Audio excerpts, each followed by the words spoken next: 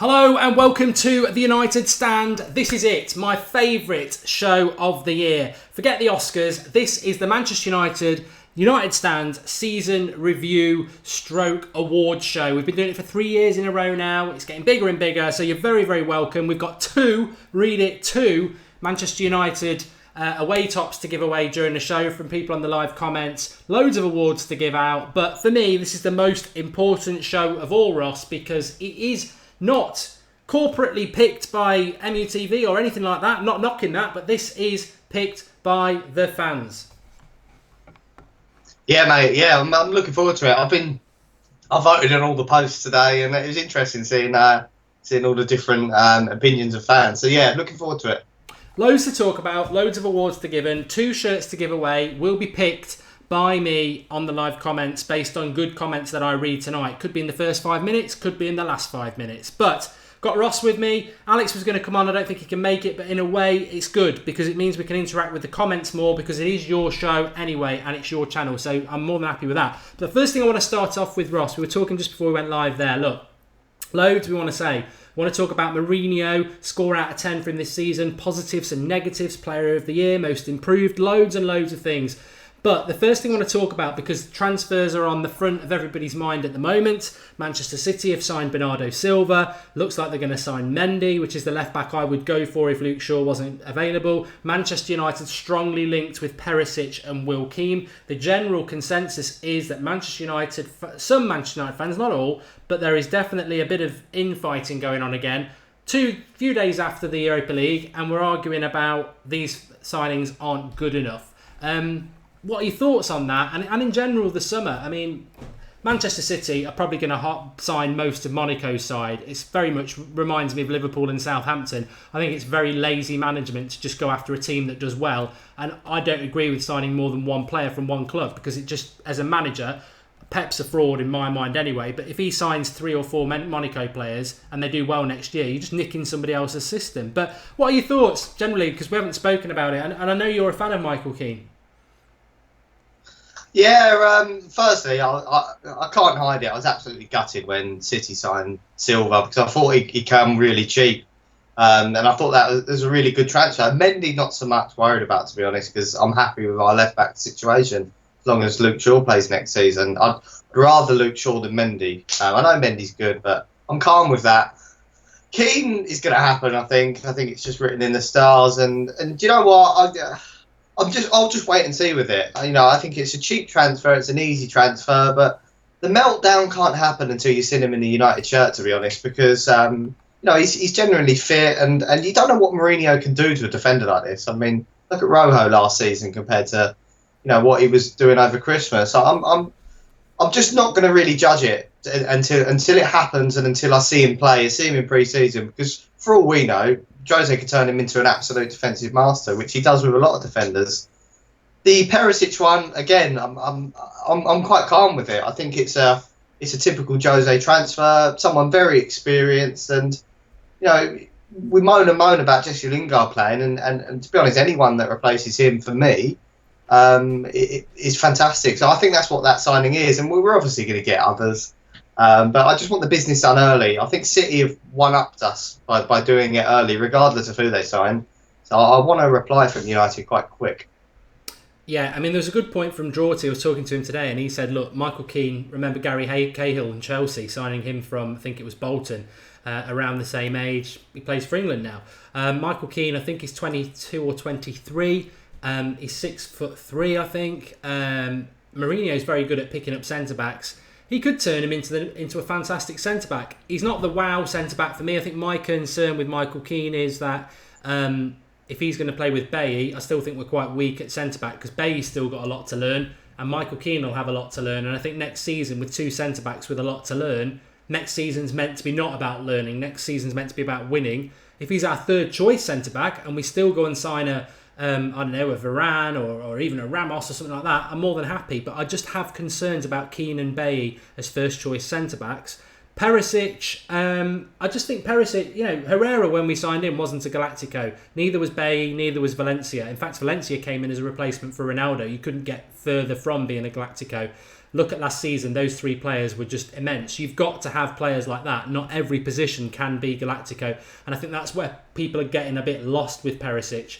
But, just got to read a couple of comments here. Socrates2049 says, don't give me the shirt, Mark, because I'll just eBay it for the money. Just being honest. Thanks for that, Socrates. We'll try not to give it to you. Although it's a good comment. I nearly did. And do you think Silva's physicality will be a downfall for him in the Prem, says Aziali? Look, I don't want to talk about Man City signings. He's a Man City player now. He's a good player. I just didn't feel that we needed him. But Man City, look, I don't know whether I said it live or before we went on air, that Pep had a disastrous season last year. I actually think he'll get the sack next summer. I don't see them winning the league. I don't think he can instill anything other than passing out from their goalkeeper, which will always get you in trouble in the Premier League. But it's an interesting summer, and I suppose what's been an eye-opener to me is because I know that the way the summer will go, there'll be a lot of transfer talk and everybody loves it, and obviously on the United Stand we do. It's something, if you love transfers, follow us this summer and get involved, as a lot of you have done. But what I'm already sensing is a little bit of frustration, which I don't really understand. Frustration about looking at other people, what they're doing, and then moaning about what we're doing. And I said it on the Ramble this morning, Mourinho has had 100% strike rate, and he tends to get it well. His second season is always his best, so we've got to just go with it. Definitely. Do you know what? You can moan about the City thing, but I'm actually pleased that it looks like across the board the top 4 or 5 are going to sign quality players, because I think that the Premier League needs an influx of quality, because I think it's been lacking recently. So I'm pleased about that. And yeah, Mourinho's signings have been fantastic. I mean, you put the tweet out, and you'll go for it later, I'm sure, about the poll of best signing. It was a head scratcher for me, because I could have picked any players off that list, because they've all been phenomenal. So yeah, that's where the trust comes from. It's not blind trust. We're not blindedly backing Mourinho. He's had one season, 4 signings were spot on. So I'm calm, very calm with it. Yeah, me too. Something just flashed up on my screen there. That always worries me when I've not clicked on anything. Sean Spiking says, great show, been watching it a long time. Yeah, do drop us a like. It is the end of the award show. I should actually just jump in there, because being as we're talking about transfers in the summer ahead, I think it's very early days, but it's going to be progressive day by day. If you follow certain people, look, I've said De Gea's going for a long time, and a lot of people don't like it, but I'm convinced. And again tonight, there are people that I would listen to who are saying that he's going for 66 million. I was a bit off my... If you want to know who that is, follow me at Mark Goldbridge. And I think, just look at my tweet replies, and I'm in conversation with that person who I think is pretty good, to be honest. But I've been saying it for a long time that De Gea is going to go. And all I replied was 66 million. We don't need the money. 66 million, Ross. We should be... we could sit here now and have a whole show on who would you have from Real Madrid. That's not a bad idea. Maybe we'll do that this week. But that's what I mean. 66 million to Manchester United just means you get robbed for that 66 million where you try and spend it. So we may as well try and take someone from Real Madrid. I'm gutted if De Gea goes, but I'm realistic that it was always coming. But I mean, it could be 40 million or 80 million. It makes no difference. There's got to be a player part of that deal. Yeah, we spoke about this, didn't we? That you just don't get player transfer deals anymore. So it'll be a straight £66 million, and we'll have to probably spend a similar amount on a separate deal for a Real Madrid player. I do struggle to see who will come, and I think it might be James Rodriguez, which that divides opinions, but I'd probably be happy with it, to be honest. But yeah, I'll be sad to see De Gea go. But 66 million is, been the most expensive keeper in world football, and I'm of the ilk. Don't know what anyone else thinks in the live comments, but I wouldn't replace him. I'd just stick with what we got with Romero and Pereira. And a lot of that's based on Pereira, not Romero. I don't think he's our future number one. I just like to see us give youth a chance. We all want to see the other Pereira come back in the team next season. And I thought, look, he's had one game. I thought he done really well. He proved to me he could catch the ball, which is good enough in my eyes. So, yeah, if he goes, I wouldn't stress about replacing him. I'd just stick with what we got, because you can bring in a Donnarumma, whoever he is, from AC Milan, from another league, but look how De Gea started for United. He was abysmal for 18 months or so, and I don't want that. I don't want a flappy keeper for 18 months again. So that's why you need to kind of stick with what we have. Yeah, I'd agree. I just think, I'm very passionate in the summer about Real Madrid. 2 years ago, I jumped the gun with Ramos and was doing videos about winter's coming. and it backfired. Last summer, I was right about Pogba. They wanted him, we got him. This summer, it looks like they might get one up on us.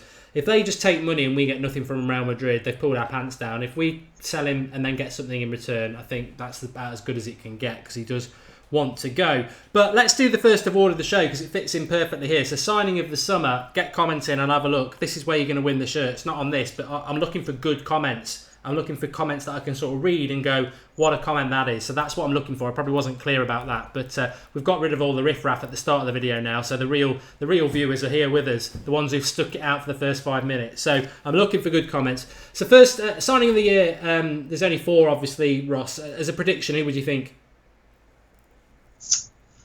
I don't. You know what?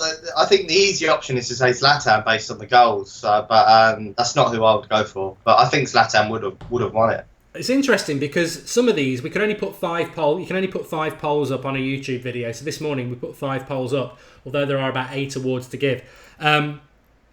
The contrast between Twitter and YouTube, I thought we only did it on Twitter and YouTube this time because we have got a website and we have got Facebook, but Twitter and YouTube were where we started, and that's where we're biggest. And we sort of wanted to do it as a little sort of in-house experiment to see if they mirror each other, and they don't at all. So YouTube voting for signing of the year was Eric Bailly with 44%, Zlatan with 26%, and Pogba with 25%. Mkhitaryan didn't get over double figures, which I think is quite telling, and you've been quite critical of him. However, on Twitter, Bailly got 54%, a lot more. Pogba came in at second with 22 and Zlatan 19. So Pogba and Zlatan were very, very close together, but Bailly was head and shoulders. Is that who you would have gone with? Yeah. I was 50-50 between him and Pogba, to be honest, and I think because of the fee, Pogba loses out. But I think if you go on actual performance, and I bet he's been a rock, but I think Pogba's been more influential to our team. It's the fee that makes his percentage go down. But if you took transfer fees away, and that's signing of the season, so it has to matter, I'd probably go with Pogba for me.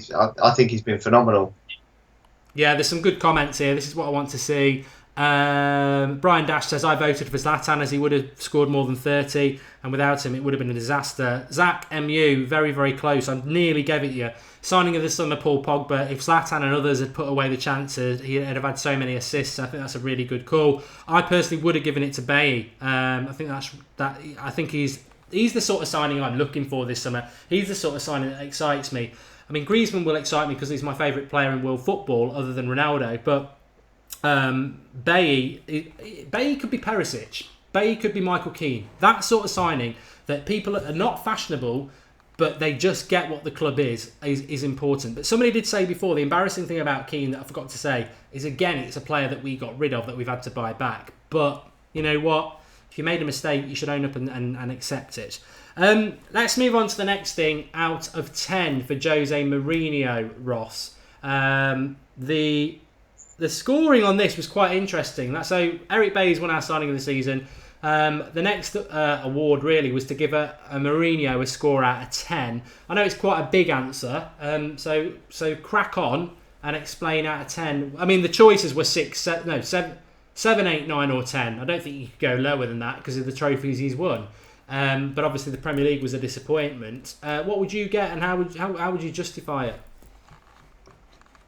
Yeah, you'd have to go with 8 out of 10 for me, and I don't think you could go any lower just based on what he's done with the squad that he has. I think we all got carried away with at the start of the season thinking that we could do better, but it was apparent that players weren't living up to what they should have been done. He didn't have Wayne Rooney this season. He had a shadow of his former self, and he probably at the start of the season would have relied on Rooney a little bit. But to come away with, I mean, Twitter's been fantastic since we won the Europa League because we've had some banter to be able to throw at people, you know, poor man's treble, whatever you want to call it. I'm happy with calling it 2 trophies. It's 2 trophies more than a lot of clubs won this season. And it's more than any club won overall anyway, with Chelsea not winning the FA Cup. So based on that, in his first season at United, with not his team, hitting 4 spot-on transfers, you could have given that award to any of them and I wouldn't have grumbled. Even Mkhitaryan, and I've criticised him, big goals in big games. So, yeah, 8 out of 10 for me, and I'd be pushing more, not less. 8 out of 10. It's interesting. Let me just have a quick look. John Harvey says 7 out of 10. David Lavery 8 out of 10. United MUFC 20X 8 out of 10. Nipan Pathak 7 out of 10. Star Blogger 7. The trophy's good, but results, league position and performance is very, very poor. Kashik P says, I'll give Mourinho 8 out of 10. He won 2 trophies out of 4. Second best defensive record and back in the Champions League. Really interesting. I'll tell everybody what the score was. This wasn't one we put up on YouTube. It was straight onto Twitter with this one. But it was 8 out of 10 got 41%. 7 out of 10 got 46%. So you voted 7 out of 10. Slightly under what you've gone with, Ross, there. Does that...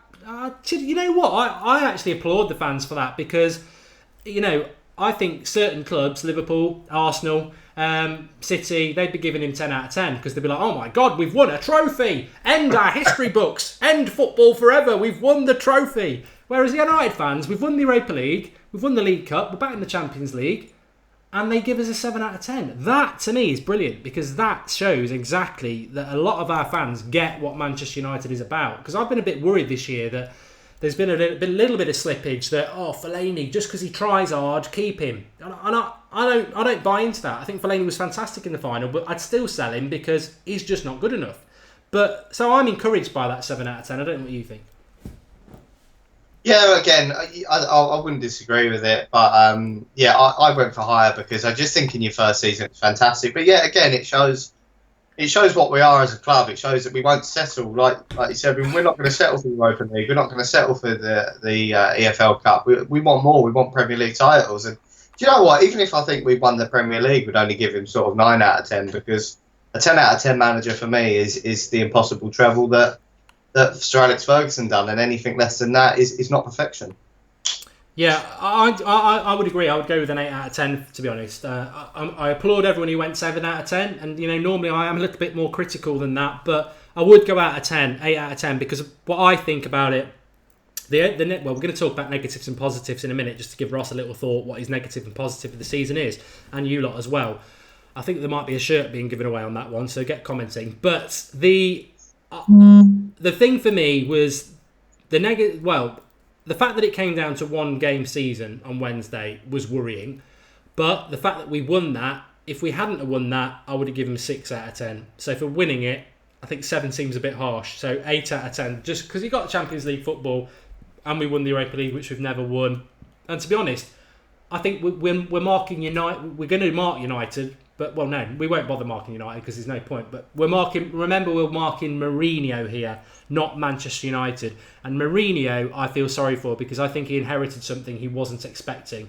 I think he expected more from Rooney, more from the fringe players. And I think he's had a bit of a car crash season in relation to what he inherited. His signings have been fantastic. I think he's been let down by people not wanting to play, people not turning up. So I don't think Mourinho really, I think 8 is fair, because next season we can judge him more harshly.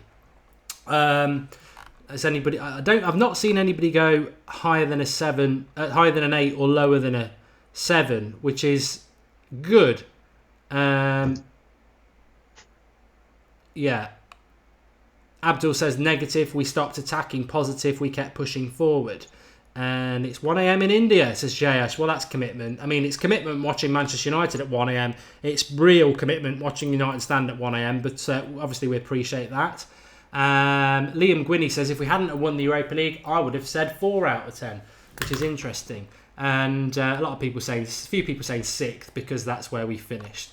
But yeah, let's move on to the next thing then. Your positive and your negative from the season, Ross, if you've had time to actually think about it. What it can be a few things. You don't have to have one or the other, but just off the top of your head, what's been the positives and the negatives this season? It is a tough one because there's been quite a few negatives and loads of positives as well. But the main negative for me was how we finished in the league, that limp end of the season, and the injuries to players as well. But which is it's out of control, some of them. But that sort of throwing away of the Premier League. I know we got Champions League, I know we got Europa League, but I didn't like it. It did leave a bad taste in my mouth. I didn't like the fact that for quite a while this season, we had to sit there and take, they call it banter, but I'm calling it abuse from Arsenal and Liverpool fans about being 6th all season. We have shut them up in the end, and that will be the positive, that that we won the Europa League, we won 2 trophies, and that shut them up. And we did get the last laugh, but at the same time, it was frustrating to finish below a team like Liverpool with the team that we had. So the disappointment did get outweighed by the positive in the end, and I think ultimately that's all that matters was the positive, the trophy. But the other positive as well was the songs we were singing come Christmas. Jose's playing the way United should, because I had 3 years of, and you had it. This is why I started watching United Stand, banging my head against the wall, watching Van Gaal. I mean, I think all fans just wanted to voice that frustration, and it went this season, and it was. I've watched some fantastic games at Old Trafford this season, and look, we've drawn a lot of them, but we were playing the right football. Come the end of the season, it all went to pot a little bit, but I think that'll come back next season. Jose knows what the United fans like, and just lastly, the last positive, which I don't want to underwrite, is the youth that we played in that last game. Seeing Angel Gomez's debut, seeing Pereira start, I thought that was phenomenal for me, and to see Jose Mourinho do it after all the criticism he gets, I think that was a nice little touch come the end. Yeah, I would agree with that. I was just messing around there. I had the comment for the first shirt. Fortunately, I'd wrote the person's name down, but I can't read the message out word for word because I'd flicked onto something else, and now it's whizzed by. But our first winner of the Manchester United away shirt is Paul Corcoran, and his comment basically was, I've got to do it justice now, but it was along the lines of, my negatives this season are the fact that that he played Zlatan too many games up front, and it made us very predictable, and also the fact that he made mistakes around fringe players that he should have used more of. Schweinsteiger, Carrick, didn't start using him till November. You get the shirt, mate, because actually I hadn't had that on my notes or in my head to talk about that tonight, and I think they are very, very good, intelligent points. So well done, Paul. You've won the first one. There will be another one to give away. But just get in contact with us through YouTube, pal. You can message us on that and we'll get it. But you know who you are. And I think that's very, very good points about Zlatan. The negative that I think if Zlatan had stayed fit, he would have just kept picking him. And we must not forget that Mourinho made mistakes this season. I'm a big Mourinho fan, but that is a fantastic point, Ross, which I'll get your thoughts on. But we did speak about that. I remember Bournemouth coming to Manchester United January time, playing a high line because they weren't in fear of the ball over the top. Anderlecht did it in the second leg when we thought we had a good result, 1-1 away, and we'd turn them over at home. First half, we were lucky not to be out of that tie because they played their centre-backs on the halfway line and pressed the life out of us because we had no threat over the top. And that's down to Jose and his obsession or whatever. Zlatan was a weakness at times. And also, the second part, he didn't start playing Carrick till November. Then we went on a big run, and then he stopped using him because he had one bad half at home to Liverpool.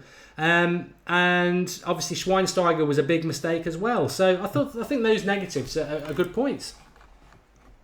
Yeah, and the Schweinsteiger one's the only one that I think Jose Mourinho actually admitted to. He actually admitted that was a mistake. He treated him poorly, and he shouldn't have done, because the mentality of the man I thought was phenomenal to fight his way back. But yeah, there was a lot of frustrating days. The high line, like you say, with Zlatan was infuriating. When we had players like Rashford and Martial on the bench, and we could have just destroyed them with a sub, but he wouldn't do it. I'd love to know if there was something in Zlatan's contract that he couldn't have been subbed, because I don't think he ever got subbed if he wasn't injured, but or if just Mourinho just absolutely loved him. But yeah, there was some frustrating times. I was actually at that Bournemouth game as well, and it was just a curse. Going 1-0 up and sitting back and looking to put another defender on. I didn't like that, but you know what?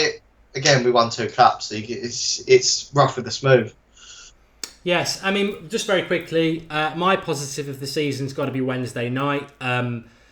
There's certain games in your life that you just never forget, and look, I love watching Manchester United score. I love watching them win, but there's something special about Wednesday night, and it's been a few years. I think the last special night, cup games are always more special. Look, winning the league's great, but it's over a season, so the joy that you get when you beat Villa to win the title or whatever, it's different to winning a trophy. 99 was fantastic. 08 was great. Some of the FA Cups have been brilliant as well.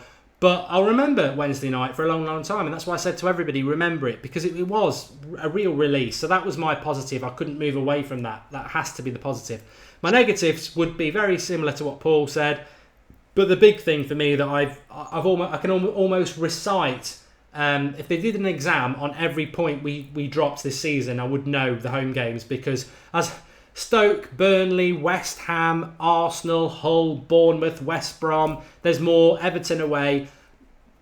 Every single game we should have won. And, you add them up and it's a massive amount of points. Look, I don't include Everton at home. And there's some games that we drew. Hull away, I don't, we won that with the last minute. But those games I listed before, they are points that we dropped. And that is frustrating. And I think we must never forget that as well, because that could happen next year if he doesn't make the right signings, because those players bottled it in front of goal. There was a stat around January where we'd had 120 shots on target and scored 5 goals.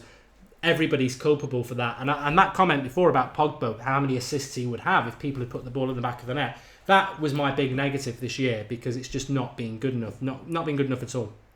But I think he will sort it out. That's why I would give Mourinho an 8 out of 10, because I think, like us, he's a clever man. And to get what he got from that season, with all the problems that he had, fantastic stuff. But we'll go to a positive on this, Ross. Performance of the year. There was 4 choices on this one. Leicester at home in the Premier League. I think we won that 4-0 or 4-1. Europa League final, obviously, against Ajax. Southampton League Cup final. Chelsea at home in the Premier League. You might have a different one. No. The first thought is Chelsea, but do you know what? I'm gonna go left field and go Leicester, because for me that was the more exciting. That was 3 goals. I think it's 4-0 at half time, and that for me was exciting to watch. I think Pogba got one of his first goals for the club, and that was when Jose was hammering teams. The reason I haven't gone with Chelsea, because that was a Jose Mourinho masterclass. The football wasn't fantastic. We just outwitted them. But for football and the way we dominated a team, it has to be Leicester for me. I tell you what, I agree. We can whiz through that award quite quickly, because I remember that Leicester. I remember that Leicester game, and it was fantastic. And it's so unfortunate that I think Stoke and Burnley were around that time as well. We didn't put the ball in the back of the net, but we were using a midfield 3 of Mata, Herrera and Pogba, and it was the best football we played all season. But yeah, that Leicester first half was absolutely fantastic. Really, really good. But it's not the one that won. It's not the one that won. I mean, I should take some credit for this, because it was the one game I went to this season at Old Trafford, and it was Chelsea, and it was massive, absolutely massive. Let me have a look. 71% went for it on Twitter, and 79% went for it on YouTube. So absolutely massive amount of people went for Chelsea at home in the Premier League, which was about a month ago. I'll tell you what, I wish I could show you the clip of me when I got the team news at Old Trafford that day, because I went bloody mad. He's giving up on the Premier League. Look at this crap side. To be honest with you, I was at that game. It was no. I don't understand. I don't understand why so many people have landslided it. It wasn't that good. I mean, no, that sounds wrong. It was good, but Leicester was infinitely better with a better side. Let's not forget that team we put out against Chelsea was missing a lot of players, and was ultimately quite a negative performance. We man-to-man marked Hazard, but it's your vote. You voted it. I would have definitely gone Leicester. If you want, people moan about negative football, that Leicester performance was what Manchester United should be. It was full-on good football. The Chelsea one, there wasn't loads of chances in it. We won the game and it was a good performance, but it was quite a negative approach to it. But you voted it. There you go. Chelsea is the winner. The next award we're going to do is Manchester United Fan Channel of the Year. So we've got United Stand, Full-Time Devils. No, I'm only joking. Right, let's move on. The next season, let's have a look. What if... Okay, right, we've done positives and negatives. Next season, Ross, what is the priority for next season in your mind? And also, we'll be in the League Cup, obviously, as holders. We'll be in the FA Cup. We'll be in the Champions League. And we'll be in the Premier League. Quadruples aren't realistic in the modern game, I don't think. So how does he approach it, and what's the priority? How does he approach those 4 trophies, and what should be the priority? Do you know what? I know what Jose Mourinho's priority would be, and it wouldn't surprise me if he throws all his eggs in the Champions League basket, because let's not forget he's the Champions League master manager. It's hard to say, really, without sounding a bit negative and sort of anti, going for it. But I want to see us in and around the title spot. I'm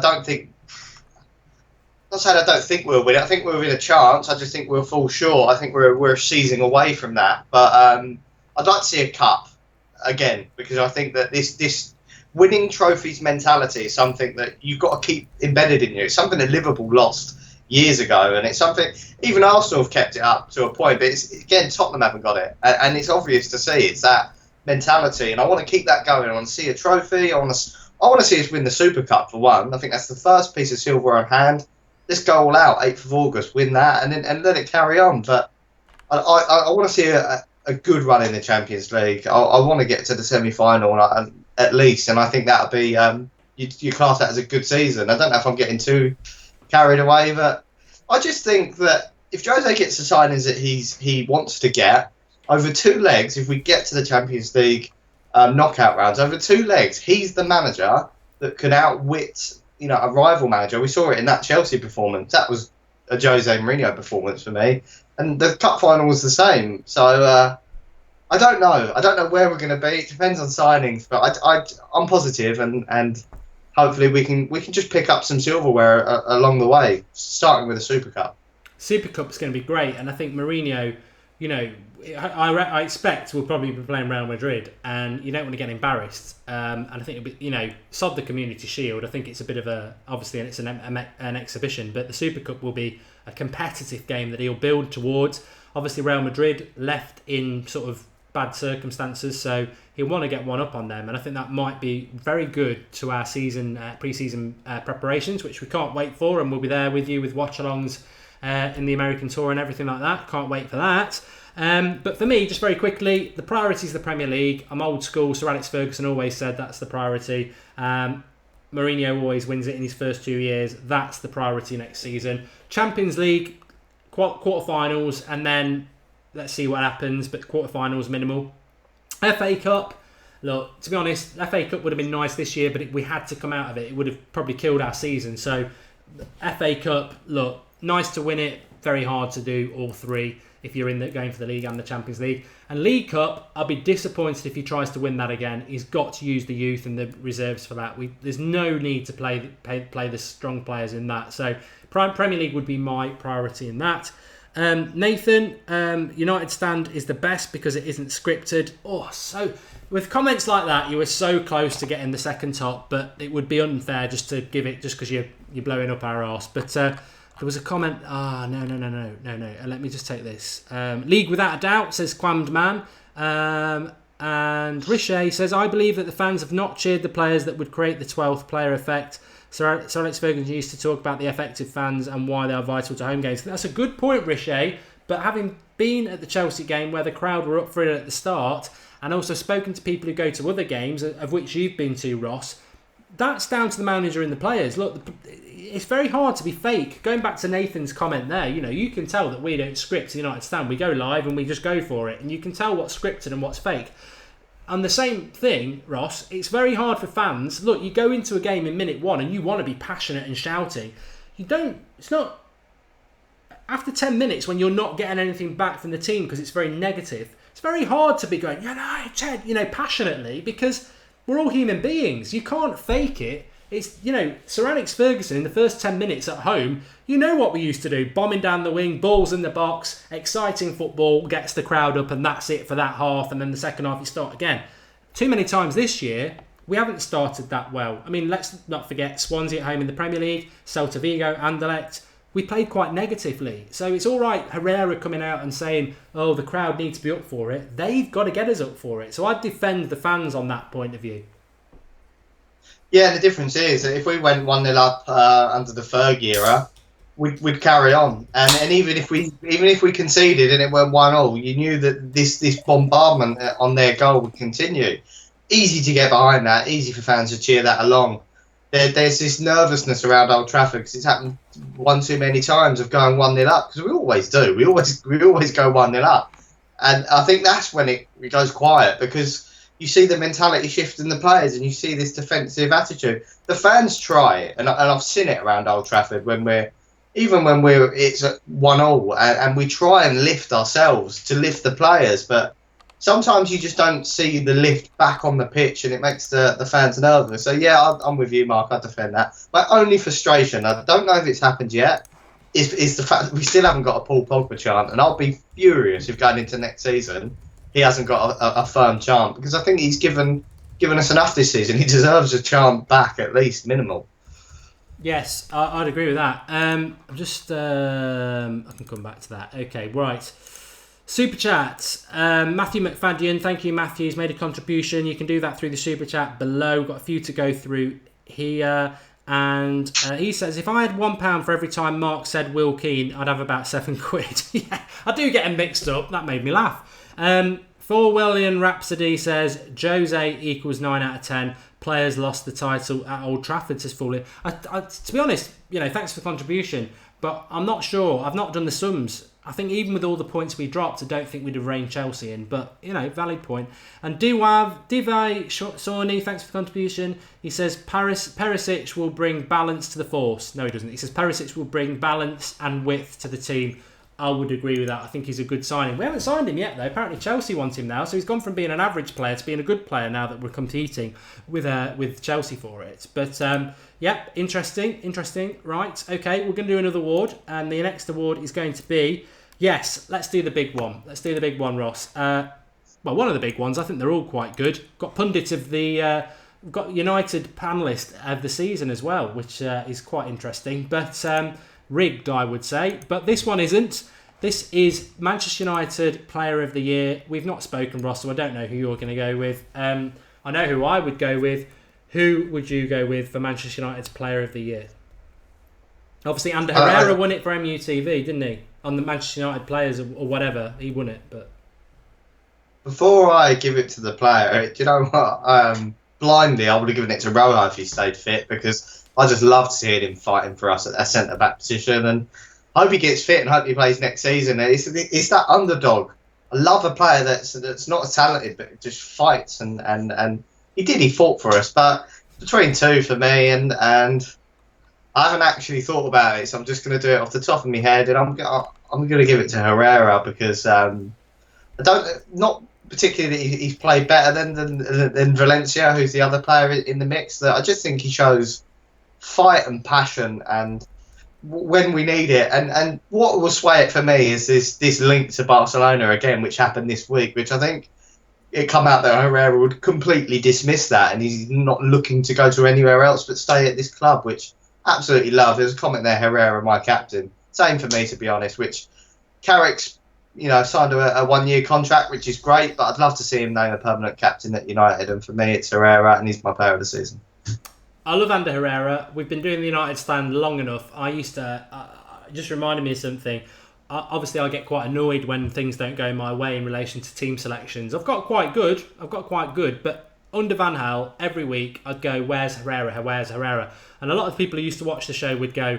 I think even they got fed up with the excuses. Oh, he's keeping him back for the next week. He's this, that and the other. Van Gaal just didn't like Herrera, and he never used to pick him, and it used to really wind me up. And the brilliance of Mourinho this year, and it never gets mentioned, and when Ross was saying that, it dropped into my head, is that the fans believed in Herrera because as a cult player, he gets what Manchester United is, and we believed in him. So it's no shock what he's done this year, but we must remember that before Mourinho came, I'm getting goosebumps myself, before Mourinho came, he wasn't really part of the team. Van Gaal never picked him. But we've sort of just, oh yeah, well, we expected this from him because we always liked him. So I think in a way, he almost does deserve it for that, because yes, we believed in him, but he's gone and done it. And Mourinho deserves a big bat on the back. He wasn't getting picked under Van Gaal, so well done, Herrera. The voting, I love this. I love the difference between Twitter and YouTube, because I merge it in my mind together that you're all the same. But I know some people don't do Twitter, and I know some people off Twitter don't come to YouTube. So, Player of the Year, YouTube voted, it's close, 45% Antonio Valencia, 44% Ander Herrera. So YouTube, you're virtually split. Twitter, Valencia 30%, Herrera 53%. So on balance, Herrera will get Player of the Year. So well done, Ander Herrera. I haven't got a problem with that. Love him, fantastic player. But personally, I would give it to Antonio Valencia because I think he's just been a beast all season. He's been most consistent. I think Herrera's been brilliant since Christmas, and I think if we'd done this award at the end of March, I think Valencia probably would have took it home. But what Herrera's done, and I'm happy that Herrera's got it, even though I go for Valencia, because there's two things that stand out for me, Ross. Somebody tweeted me off my personal account and said, did you see the goal that Mkhitaryan scored where Herrera, he's going back to the halfway line, Mkhitaryan, and Herrera makes him go to the box? But I remember him doing it in that Leicester game to Mata. Mata was going back and he went, get in the box. And Blind played it short and we scored. Captain material all over. So I'm glad he's won it. Yeah, and this captain, I don't think he even tries to be captain. That's just pure, that's what we like to see. It's just pure passion on the pitch. That's Mkhitaryan, what are you doing? I don't want to be in the box. I'm useless in there. Honestly, great. Yeah, that Leicester goal, that was all orchestrated by Ander Herrera. Obviously, they practiced the move in training, but it was Herrera that triggered it.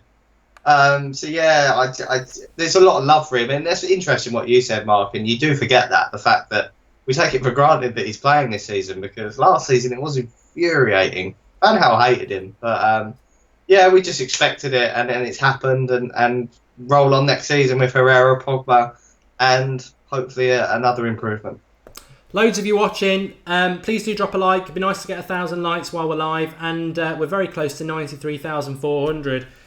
This road to 100,000 subscribers is on. I won't believe it till we do it, but it is on, and we do have some fantastic things planned for you. So if and when we get there, that's going to be amazing. So do keep sharing. And whilst we're live, just share the video. There's a share button. Just click it, share it on Twitter, share it on Facebook, wherever you've got social media, share it out, and let's get as many people involved, because we've still got quite a few awards to go. But this is probably, I don't think it's the best award, but a lot of people do. So I just want to read some of your comments. Alex Ayres says, definitely Herrera. Without him, we would have been dead in the water this season. Valencia was outstanding, but did not have the key job of being our fulcrum. Good point. Hulkaleg says, Herrera was the best player for us this season. He fights for the badge and has incredible vision. Nightmare TV, Herrera, pure passion, gives 110%. Talks, drinks and eats United. Hard to find them sort of players these days. Plus a machine in the midfield, and he never ever gives up. Fantastic comment, that. And I think, you know what, I would have gone for I definitely would have gone for Valencia. My reasoning is he's been a beast, and my reasoning is as well, I do accept when I'm wrong. And I said last season and at the start of this season, stop playing Valencia at right back. His positional sense is crap. But I sort of wanted to give it him to expose myself as being wrong, because I don't hide videos where I get it wrong. I will hit it head on, and I did get it wrong about him. But Mourinho, we're going to do this award in a minute anyway, but what Mourinho's done with Valencia is he's turned somebody whose effort gets Manchester United, but he's sorted him out positionally to be, and he said it in Christmas, didn't he, the best right back in the league, definitely, and one of the best in the world. So Mourinho deserves a lot of sense, but the player's got to be able to listen. So that's why I give it to Valencia. But I'm sort of happy that it's gone to Herrera, because I totally agree with what everybody's saying. And yeah, really good points. Dazza7, Mark, what do you make of our Player of the Year consistently being a defensive player? Well, it's a progression. Goalkeeper, it's been De Gea, pretty much. Herrera, I think, needs to get away from CDM, but at least we're moving forward. And Zlatan wouldn't have been that far off Ross, would he, really? If he'd stayed fit, and if he'd put... Well, staying fit's one thing, but I think actually if he'd put some of the chances away he'd missed, he already had... He scored 28 goals anyway, which is fantastic, but thinking about the chances he missed, he could have been up on 50 goals. Yeah, which what makes, for me, next season so mouthwatering, because, you know... I don't want to jinx it, but you're looking at this team, the chances it creates, and you're looking at Griezmann, and potentially, I'm hoping for a Belotti, and all I can see is chances being created, but them two are going to put chances away. Hopefully, we get Pogba a bit more attacking, like he was in the final, and that's what I'm looking forward to. Because yeah, Zlatan almost scored all the difficult ones and missed all the sitters, which, you know, hats off for him to scoring some of the goals that he did. They were phenomenal, but it was infuriating watching him miss them. You know, a lot of sitters he missed, but he got a lot of goals for us. But I just think that there's more goals in this team, a lot more goals, and we just need an absolute clinical finishing beast. And Yeah, with Griezmann, I just think the chances are going to go up and up and up. And let's not forget we had sort of 60% of Martial. Hopefully he doesn't go, and we get him in next season. Fighting a little bit better. And yeah, I'm just so excited for it. So excited. That's what I wish I'd said it a bit earlier when we were talking about transfers. But look, no matter who Man City sign, they could sign they've cleared wood very quickly. Zabaletta's gone, Clichy's gone, I think Kolarov's gone. They've got rid of players quickly, and I think United probably need to do that themselves. Get rid of players before they start bringing people in, especially having, you can't. I think United will have a good summer, is what I want to say. But whatever Man City do, we need a number 9. And whoever we sign as a number 9, I think that is probably one of the most important positions for us. Because if it is Belotti, like Ross says, then they put chances away that we've missed this season, then we're going to be we're going to do even better than this year, which hasn't been too bad in relation to the Cups. A few people mentioning Lukaku. I know where this has come from, by the way, and I'm not going to go down that route. But Lukaku to Manchester United. Look, I don't know whether we're going to sign Lukaku. There's a lot of crap going around at the moment, and what I would say is just because you've got a blue tick on Twitter doesn't mean it's true. I've sat through many summers on Twitter, and very little of it is true. And the people I follow, I've followed built up on sort of watching what they do, and they are very accurate. But nobody's ever 100%. Lukaku to Manchester United. I'm going to get Ross's opinion on this, but Lukaku to Manchester United, I don't want it to happen. If I'm honest, I don't. I've been quite critical of Harry Kane. He did score against us this season. But Lukaku against Manchester United never turns up and doesn't look very good. He's a flat track bully, which you can flick it the other way and say, well, we needed that this year. That's fine. Okay, yeah, we do. He'll start scoring goals against people like Hull and Bournemouth, and we'll beat them, which is great. But will he score goals in Champions League finals, and will he score goals away at Arsenal and stuff in the United side? Look, if Mourinho signs him, that's it for me. I'll back him 100%. But I think there's better out there. But before I go to Ross, I'm not going to write the Lukaku deal off, because Mini Raiola has something with Manchester United, and it's his agent, and it's a big payday for him. So that would, if you're pro Lukaku, it could happen. I don't think it will. But Ross, your thoughts? I was thinking about this today, and do you know what? I'd rather Lukaku than no one, and that's where I'm at with it. If it gets to August, we haven't signed a striker, I say bring Lukaku in, because I think we're desperate for someone in that position. I agree with you, Mark. There's better strikers across the world, but there's transfer fees. If you offer me, I don't know what Lukaku's going to come for, but I assume it's huge. But Everton can't get that much for him because he's not a Champions League player at the end of the day. But I think 60 million. Would you agree? 60 million. It's quite a lot of money. But yeah, if you offer me Griezmann and Lukaku, or James Rodriguez and Belotti as a pair, I'll take Griezmann and Lukaku. It's a lot of money. But what is money for Manchester United? It's nothing. And I've kind of, I was in the boat of please no around March time when we were being linked to him. But I have warmed to the transfer a little bit. But I'd rather other players. I'd rather an Aubameyang. I'd rather Belotti. But if he come, like you say, I'll back him. I'll probably get him on the back of my shirt on that much of a turncoat. I'll tell you what, though, I think Lukaku would cost 60 million because he's got 2 years left on his contract and he's scored a lot of goals. I know the release clause for Belotti is 90, but it's Torino. It's not Real Madrid. It's Torino. If you offered Torino £60 million sterling, which is what, 75? I don't know what the exchange rate is now since we've come out of Brexit, but it's about €75 million, I think. They'll take that. So you get Lukaku for the same money you get Belotti. I think you get Aubameyang for about 60 as well. So look, we can get better than Lukaku for the money we're going to pay for him, and I would go for better. But if Mourinho signs Will Keane, and it again, if he signs Will Keane, I'll go mad. If he signs Will Keane as our number 9, I will go mad. But no, if he signs Michael Keane, Perisic and Lukaku, I will not melt down. I will not. I will back him. And I think that's so important this summer. Back Mourinho. We've had ups and downs this season, but what did he do? Champions League football, a trophy we've never won, League Cup, not bothered about that. But he did exactly what he says on the tin. Next season, I think he'll win us the league. If he thinks Keane, Perisic and Lukaku are the answer, I'm going to give him the chance to see if they are. And but for me, Lukaku wouldn't be my choice. But I'm not Manchester United manager, and for a lot of you, Bernardo Silva would have been your choice. He wasn't Mourinho, so you've got to go with it. A couple of comments in the next question. Red Devil says Lukaku is actually amazingly fast for his weight. He weighs like 100 kilograms, and it's a beast.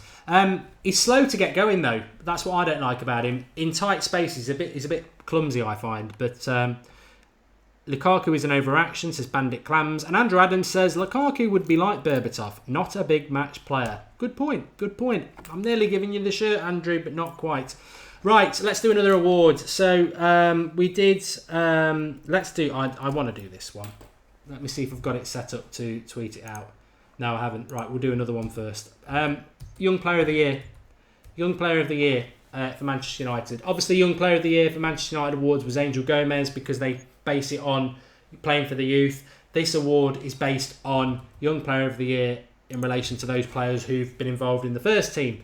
The choices, Ross, were Rashford, Twansibi, Fosu Mensah, Angel Gomez, even though he only played 11 minutes.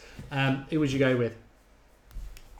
It has to be Rashford. I forgot about Rashford. When you said that, I was going to say Twansibi if you didn't give me the options. Based on sort of the players that have broken through this season, I think Twansibi's taken his chance, and I think he'll be in Jose's plans firmly for next season because I think there's a degree of trust. But since Zlatan got injured, Rashford has done fantastic. I thought he was mediocre in the final, but who cares? The rest of the games is where he showed his quality, and he was even effective before Zlatan got injured. He scored huge goals in games like Hull.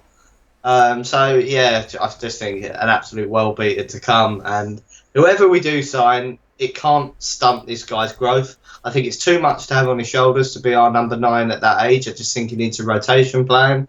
But yeah, an absolute well beater for me, and it's Rashford. Time that's it wrong. 87% of the vote was for Marcus Rashford. I'm looking at the live comments just to see if anybody will go. Well, real Jemadari says Twansibi. He did play a few games at the end of the season. Nate Bockle says Rashford was the only one who played enough minutes to be considered, in my opinion. You've just hit the nail on the head, Nate. 100%. I actually was going to develop this point into a negative because if you look at last season, I think Rashford and Fosu Mensah were a decent shout. We probably would have gone for Rashford again. This year, I'm not surprised by 90% of the vote virtually going to Rashford. And I think lip service, I've said lip service all season about Mourinho and the youth, and I'll still say it now. But I said it when we got him last summer, and it's not I look, as everyone knows, I backed Mourinho and I wanted Mourinho, but I did say when we got him, those who expect the youth, you're going to be disappointed, and I have been disappointed this year. I think up until the last game of the season, Fosu Mensah had played less than 20 minutes in the Premier League. That's 37 games, less than 20 minutes. Twansibi played a few at the end, but we weren't bothered about the Premier League. And obviously a load of kids got to play against Palace in a game that nobody cared about. When it really mattered, he never bothered with the youth. And that's why it's sad that Rashford wins it, because he is youth because he's 19, but Rashford was youth winner last year, quite rightly. This year, Rashford's first team. Rashford shouldn't really be in that category. So, in a way, this award highlights probably something that's an issue in relation to Mourinho, Ross, that will he change that next year? I'll predict now. Look, I'm not Mourinho out. I love Mourinho, but I don't expect us to see much youth next year either when he's going for the Champions League and the Premier League, which is why the League Cup is very important. Yeah, I'd agree with that. I don't think we see a lot of youth, but at the same time, I think Fosu Mensah has kind of pushed his way into being a squad player for us. So I don't regard him as a youth player anymore. I regard him as a squad player that didn't get a lot of chances last season, but I think there'll be chances for him next season. I think there will be for Twansibi. But other players breaking through is going to be very limited. But I'll be happy. I'll be happy with Twansibi, Fosu Mensah, or I'll probably cash both of them in, see Pereira playing an attacking midfield role. But I think Pereira, he needs a good pre-season for me. I think his whole career at United will be based on his pre-season, because if he doesn't perform, I can't see Mourinho giving him a a path in. So huge pre-season for these players like Twanzebe, Fosu-Mensah, Pereira, who are youth players, but I just think that even Twanzebe, he's gone into this bracket of squad player. I don't consider all three of them youth anymore. So they need to get into the team, because if they don't, they'll probably look to leave come end of next season. There's still a second Manchester United away kit to be given away, so keep commenting with your points. Tyrone Williams says Andres Pereira and Perisic will battle it out for the left wing position. Good comment, Tyrone. Let's not forget, as Ross was saying there, Andres Pereira is coming back this season. He's still very young. I don't think he's 22 yet, and he has had a good season for Granada, who got relegated. And I rate, if anybody thinks anything of my opinion, been on about him for a long time, I think he's good enough. So he's a signing in himself. Let's not forget Andres Pereira is coming back, is all I would say about that. This next award's good.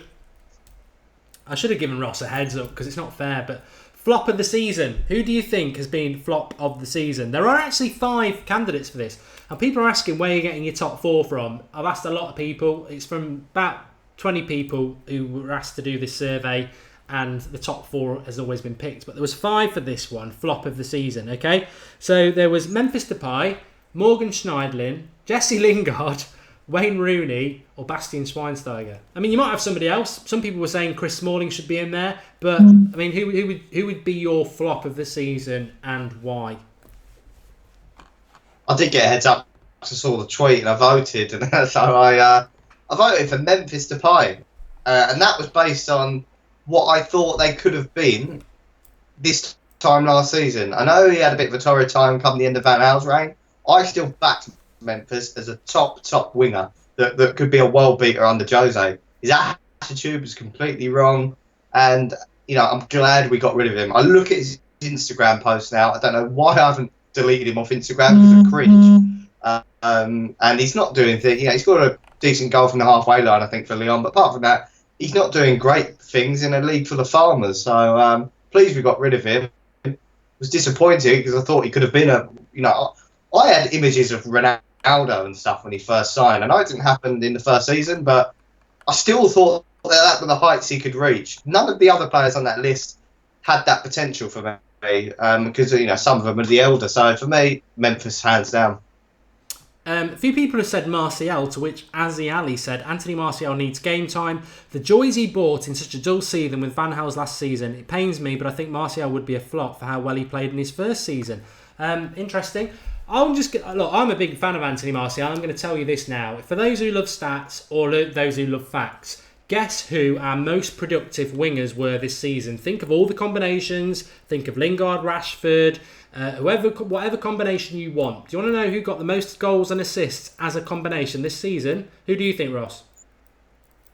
Well, it's going to be Martial, but I don't know who his partner is going to be. I'm going to say Martial Mata. Yeah, Martial and Mata.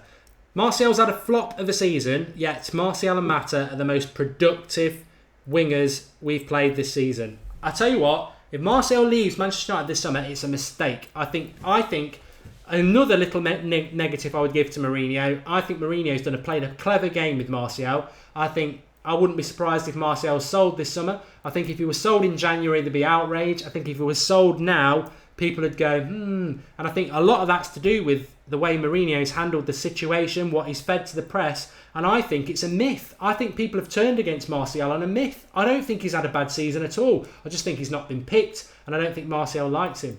I don't think Mourinho likes Martial.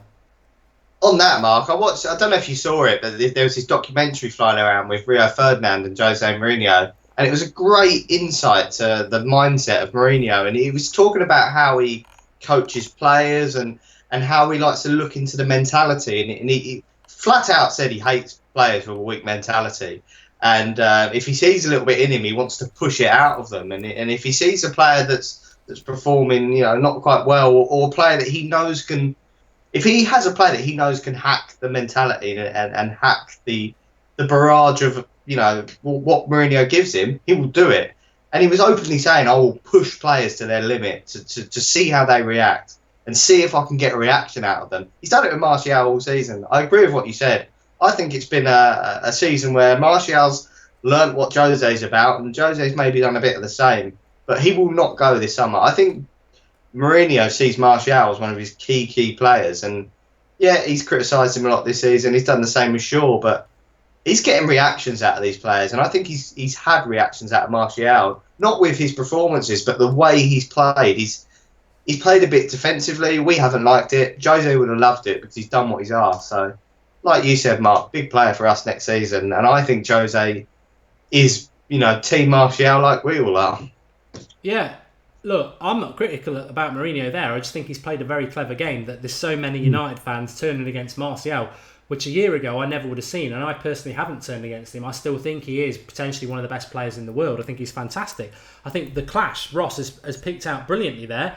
It's the mentality of him. Martial needs an arm around his shoulder. He's a shy individual. It's clear to me, the jobs I've done in my past, I'm quite good at reading people. He is a shy individual who goes into his shell. Mourinho wants, Mourinho loves Fellaini. Martial and Fellaini, contrast as footballers, are like Z and A. But personality, a Z on A, because Mourinho wants Fellaini's personality. He doesn't want Martial's personality, which is, I need an arm around my shoulder, I need a there. Mourinho hates it, and he did say that in that interview. But I think, look, go hard or go home. What I do agree with Mourinho is, Mourinho's quite open about what he is. He said that publicly. Martial, you either stay at United and you fight for it, or you go. I want him to stay because I really do like him, but he wouldn't be my flop. I mean, Nathan Bertram says Martial's my flop of the season by a country mile. I'll tell you what, Nathan, I do disagree, and thankfully so did everyone voting, because they voted Memphis Depay with 70% on YouTube, and Lingard was second with 30. I'm laughing about Lingard getting 13%, but on YouTube, on Twitter, it was even better. Memphis got 52%, and second was Rooney with 30%. I just don't know. The Twitter and YouTube thing is funny, but Memphis Depay, look, for what he was signed for, he deserved a flop of the season, I think. So for everyone who voted there, I wouldn't disagree. You don't have to. The fact that he didn't really play for us puts him as a flop for me. What about turning into the positive, though? Because we've had flop of the season, most improved of the season. The candidates for this, well, I can't remember what they were. I know who's won it. Because he won it by a country mile. But I would say that the candidates were probably people like Valencia, Rojo, Phil Jones, and Romero, I think it was. So Romero didn't win, because I'm trying to remember who it was. Do you know what? I don't know the result of this one, but for me, it has to be Marcus Rojo. I don't think I've ever warmed to a player. I don't think I've ever turned like 360 on a player of my opinion of him. I wanted him out in the summer. I wanted him nowhere near our team. I was furious every time he got picked. And all of a sudden, he was the first name on my team sheet, and I just absolutely loved him. I wanted these 2-foot challenges. I loved seeing it. It was at the time, it was a little bit like, oh no, what's he doing? But I just thought it brought a bit of bit of the edge back to United when he played. When I watch United now, I think if we're going to get sent off, it's always going to be something stupid. It's going to be a Fellaini headbutt, ridiculous. But Rojo's the only player that I can see getting sent off for crunching challenges, which doesn't happen for United players anymore. So it has to be Rojo. And was it him who won, Mark? It was by 80%. Funnily enough, Valencia wasn't actually in the voting. I think it might have been would you say if Valencia had been in the Final Four, which he wasn't, so obviously I couldn't put Valencia in as a voting option, but a few people did messages and say Valencia should have been in there. Do you think it would have been more, you think it would have still, well, I think Rojo might have still won it, but Valencia is most improved. Do you think he deserved to be in there? I think he might have deserved to be in there, but I just think Valencia, he's been showing signs of this form for a little while at right back. So I wouldn't say his improvement was that rapid. I think he's been phenomenal this season, but I just think his improvement's been gradual there, where Rojo's just gone from 0 to 100 in my eyes. Yeah, he won with 80% of the vote. And funnily enough, I'll tell you a little story actually. Somebody messaged me a few weeks ago, and we get a lot on the United Stand because we don't really delete tweets, and I stand by what we put out in December, and it might be wrong in May. I don't care. It's what I felt at the time. I don't believe in deleting stuff, but obviously there is a video on the United Stand back catalogue of 5 players that need to go, of which Rojo is firmly in the top 3, I think. So, look, you know what? I don't mind. I don't mind being wrong. I don't mind it. I'm not one of them arrogant people who just thinks, look, everything I say is going to be right, because nobody exists. I'm right 90% of the time. That'll do me. But no, in all seriousness, Rojo was firmly, like Ross said as well, in one of the players to go. And what a shame that would have been. What a shame that would have been, because... And I do put it down to the players got to want to do it. The players got to want to do it. But I remember Rojo, some of the lines I came out with last season, one of which he's like a banana, he gets skinned by anybody. And also that he doesn't discriminate. The great thing about Rojo, he does not discriminate on race, gender or talent, because he will happily get skinned by Messi or Cameron Jerome. He doesn't mind. As a defender, and you know, we both played Ross as well, he was a nightmare. He would get skinned by anybody, and then to top it all off, he'd stand 5 yards off someone so they could shoot as well. So it was right if you said last summer get rid of him, but what he's done this season, just unbelievable. I still think he's a crap left back though. Yeah, he's not the greatest left back, but yeah, his centre back heroics have been phenomenal. And you know, like you say, you know, we do these top 5 players we want to get rid of. And it seems like it's a bit of an agenda, and it's not. And there's nothing better than being proven wrong. And all the stick that probably a lot of us are giving Jesse Lingard this summer, I'd love him to stay, and I'd love him to turn into Lionel Messi next season. It's just that it's very rare that a player turns themselves around like that. Rojo was a surprise, and it was a fantastic surprise, and one that we've all enjoyed witnessing. And I hope he can carry that next season. I'd not sure if that will happen, to be honest, but I want it to happen. But there's nothing better than being proven wrong, which is why I would agree with you and say don't delete the tweets, because I think it just shows that we're all happy to see it happen. Exactly. And he obviously probably won't be back till Christmas with his knee injury, so nice for him to have, you know, I'm sure Marcus watches, and I'm sure he understands everything we're all saying, but It's nice for him to win that award from that situation last summer, because most improved, I don't think, and 80% of the vote from you, the fans, that's what matters. You know, out of anything, there's a lot of people who watch the United Stand now. When we did it 2 years ago, you might get 50 people voting. Now there's thousands voting. So, you know, somebody tell Marcus Rojo you've just won most improved by an absolute landslide. I'm sure he'd be quite happy, because it's voted for by Manchester United fans, and to go from being in the top 5 to get sold to winning most improved, that is what the most improved is all about. I mean, when I used to play football, I don't know about you, Ross, but most improved used to get given to the shit player, to be honest. But you know, the person who hasn't cost you a load of goals. But at the top level, it's not. It's about it is about most improved, and he totally and utterly deserves it. George Kyle says, remember when everyone ridiculed me for saying Rojo was our second best centre back? Who's laughing now? George, I can say I don't remember you saying it. Sorry, pal. But it's Jordan says, I love the channel and please continue the good work. Thanks for that. And Howlak says, I think a partnership of Bay and Rojo would be perfect for next season. And I don't think that's going to happen, mate, because he's not going to be fit for August after that knee injury, unfortunately. But yeah, he's been fantastic. But I must just say, before I move on, Mourinho gets the big tap on the back for that, because he's turned somebody who wasn't a very good player into a top-class player, and which is exactly why, if he does sign Michael Keane, and I do have my reservations, you can't, because look what even Phil Jones to an extent had a good few games before he got injured again. So yeah, interesting, very interesting.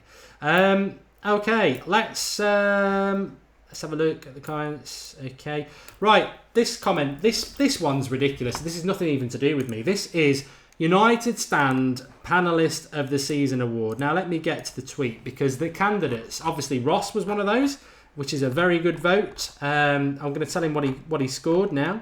And I think I know one as well, and I'm furious with it. Well, Ross, you got 22%. Xander got 14%. Mad Marcus got 37%, because I think he was getting all his friends and family to vote. Alex got 27%, and then we move on to the second set, which was Paul and Ash, who do the website. Paul got 12%, Ash got 7%, Drawty got 24%, and the winner, people will be thinking, who could have won this award? Who could have got 57%? Which I know it doesn't all add up, but it was split over 2. But the winner is the chair. who actually made his debut with you and Marcus, if I believe, because I was it a Europa League tie? So you were there for his debut, Ross. I mean, I don't know what you want to say to him before he does his speech, but it's not a he anyway. I sit on a woman, but it's what do you think about that? Beaten by a chair. I mean, I'm gutted I'm not even in there, but you know. I think it's top banter by all of the comments. To be honest, I love the fact that every time you do a watch along, that all they do is cry out to see this leather chair. That I think it's fantastic. I actually thought Marcus was one because I didn't see the second list of names. I thought Marcus was one, so I was furious with it, to be honest. No, I'm only kidding, Marcus. But the chair's phenomenal. And when we did do them, we did one watch along that we filled in when you couldn't make it, and obviously the Chelsea game. It was actually quite hilarious to see all the comments and love for the chair. So yeah, deserved winner. You'd have to give it a trophy. I know. Well, the chair could be back because that's what I would say. I mean, whether I can be asked to get up at 2:00 in the morning when I've got work the next day for a watch along for the US tour is debatable, but the chair could be back. But for those he's got to have his moment in the sun. So there is the chair in all its glory, and he does have an acceptance speech that I need to read out. But what I would say is there is a Twitter account for the chair, and a lot of people assume that it's either me or Drawty or Ross or somebody like that. I can categorically say with total and honest truth, I do follow the chair because it makes me laugh. I ain't got a bloody clue who set it up. It could be one of you on the live comments. A lot of the comments are very funny. It could be Ross for all I know, but it doesn't look like it is from his face. But I don't know who runs the account, is the honest truth. And you know me, I don't do lies. But here is the chair. This is from his Twitter account that he sent it. And he says, "When Mark bought me from his local furniture store, it was a day that will go down in infamy. It's not been easy constantly having to hold him up through every show, but I've been there as a pillar of support for everyone. I accept this trophy with dignity and humility. Thanks, bitches." So there you go. That's the chair for you. But he is the winner. And all I would like to say to the chair is thanks for all your support. But yeah, good. Right. I'm going to announce the person who's won the second shirt. I could have done it half an hour ago, but obviously you keep it back to the end. They did do a good comment before, which I nearly gave it to. But they came out when we were talking about biggest flop of the season, and it really stood out. And there's been so many good comments on there. And I tell you what, the bigger the United stand gets, the more opportunities we will be able to give you away shirts. When the home shirt comes out in August, for example, and there will be prizes before then, but when the home shirt comes out, in our year one, I think we had about 1,000 subscribers, we gave away one. Last year we gave away 2. This year we'll be giving away 3 when the red shirt comes out. So there will be more opportunities. Well, obviously we've given 2 tonight. One went to Paul Corcoran. The second one goes to Nightmare TV. So well done. And I'm going to read the comment that he read. He did do a good comment before, but this one was fantastic, I thought. His flop of the season. Rooney is the captain and has to set the example. Unfortunately, he didn't. Also, he sadly didn't justify the trust that Jose Mourinho put in him this season. Which I think the way he's worded that is fantastic in the fact that he says it's sad because obviously there are a lot of people who like Rooney.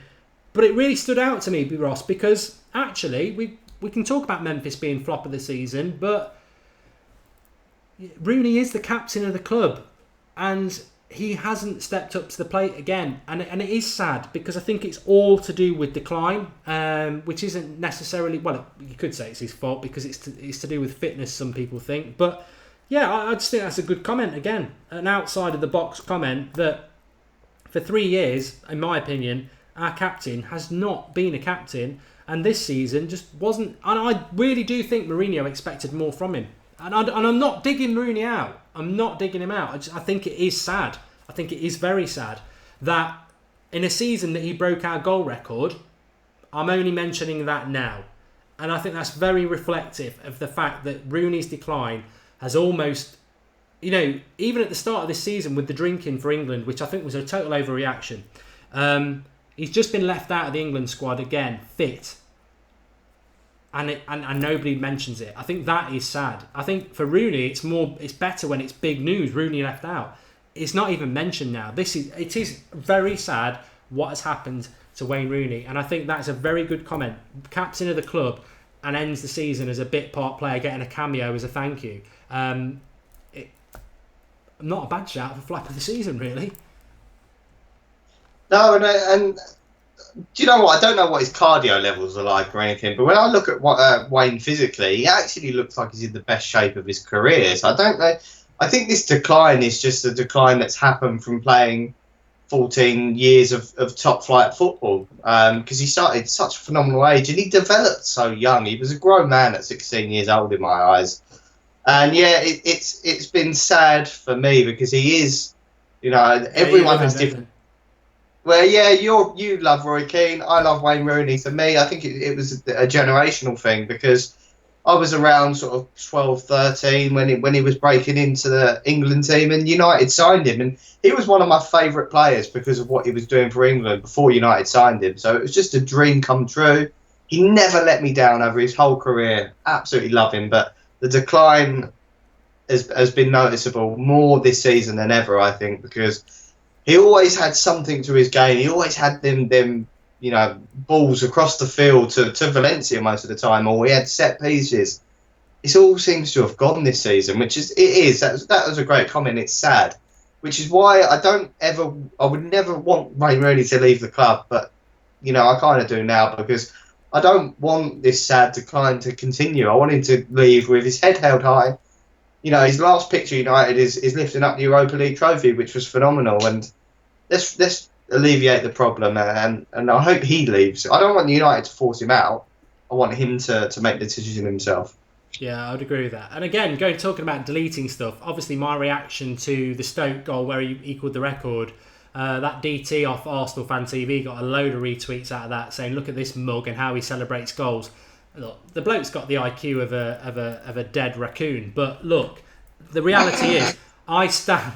Oh, was that quite good? I stand by the fact that, look, everything's out there, and if you can manipulate things you want to do, but if people watch that watch along against Stoke that day, it was deep into stoppage time. It was a game we needed to win, and Rooney scored a goal to break the goal record. And as I said at the time, I didn't celebrate it because I don't celebrate draws away to Stoke. I don't celebrate. It wasn't good enough on the day. And Rooney's goal record is Rooney's goal record. I couldn't give a damn about that. What I gave a damn about is Manchester United right now dropping 2 points. That's my interpretation of it. People can think what they like, but that was why I reacted the way I did.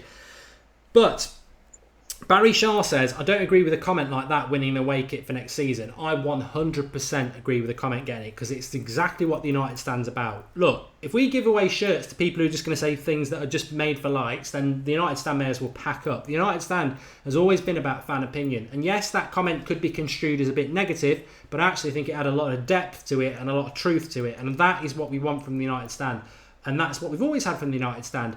The fact is, people who watch the United Stand are passionate about Manchester United, and being passionate about Manchester United doesn't mean just jumping along with whatever bus bandwagons going along.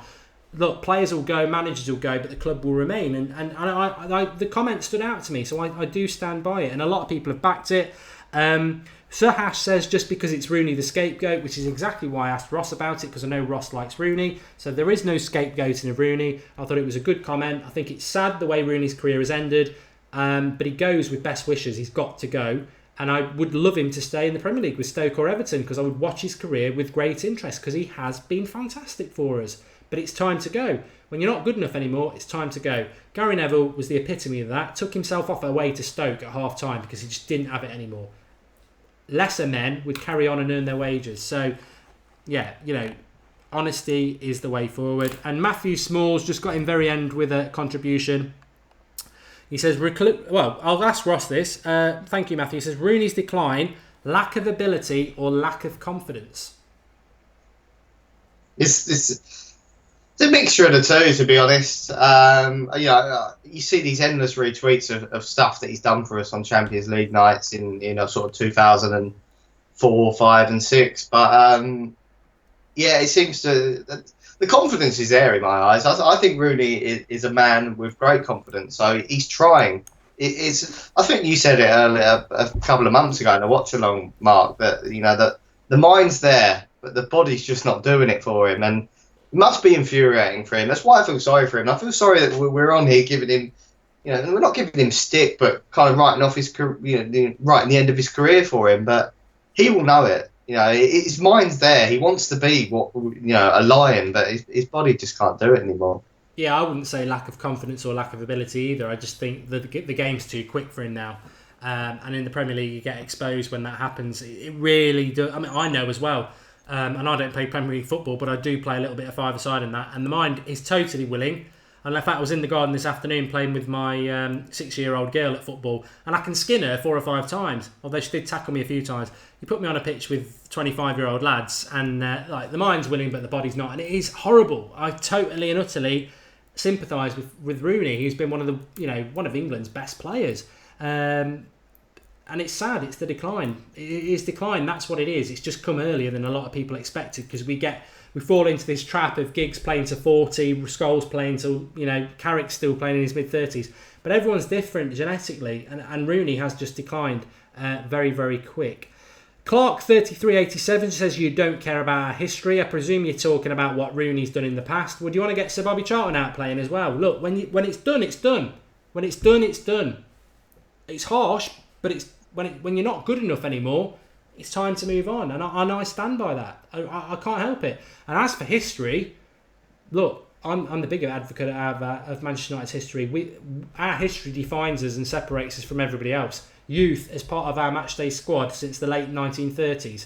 Look, what we are and what our history is massive to me. So I refute that statement. But thanks everybody for watching.